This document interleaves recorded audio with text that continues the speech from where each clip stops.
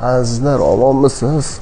Qarang, bo'yin uchun ajoyib narsa o'ylab topdim. Har doimgidek jaydari oddiy atrofdagi narsalardan yasasa bo'lardi buni. Xarajatsiz, faqat buni to'g'ri qo'yib olishimiz kerak. Mana, o'sha tushdi. Mana.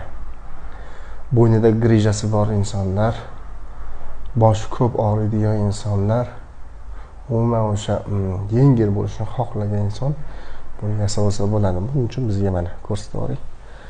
Oddiy ip, stul, mato bo'ldi. Falon pulga bir narsa sotib olish shart emas, lekin yomon kayf berar ekan. Kecha zalda bo'ynim ozgina travma bo'ldi. Shuning uchun mana shuni o'ylab topishga majbur bo'ldim. Chunki travma oladiganlar ko'p, lekin doktorlar, buni tushunadigan doktorlar kam, afsuski. Mana. Bo'yningiz muallaq bo'ladi, lekin mana qilganingizda shunaqangi mazza qilasiz. Qarang, tiyarki, baltahi.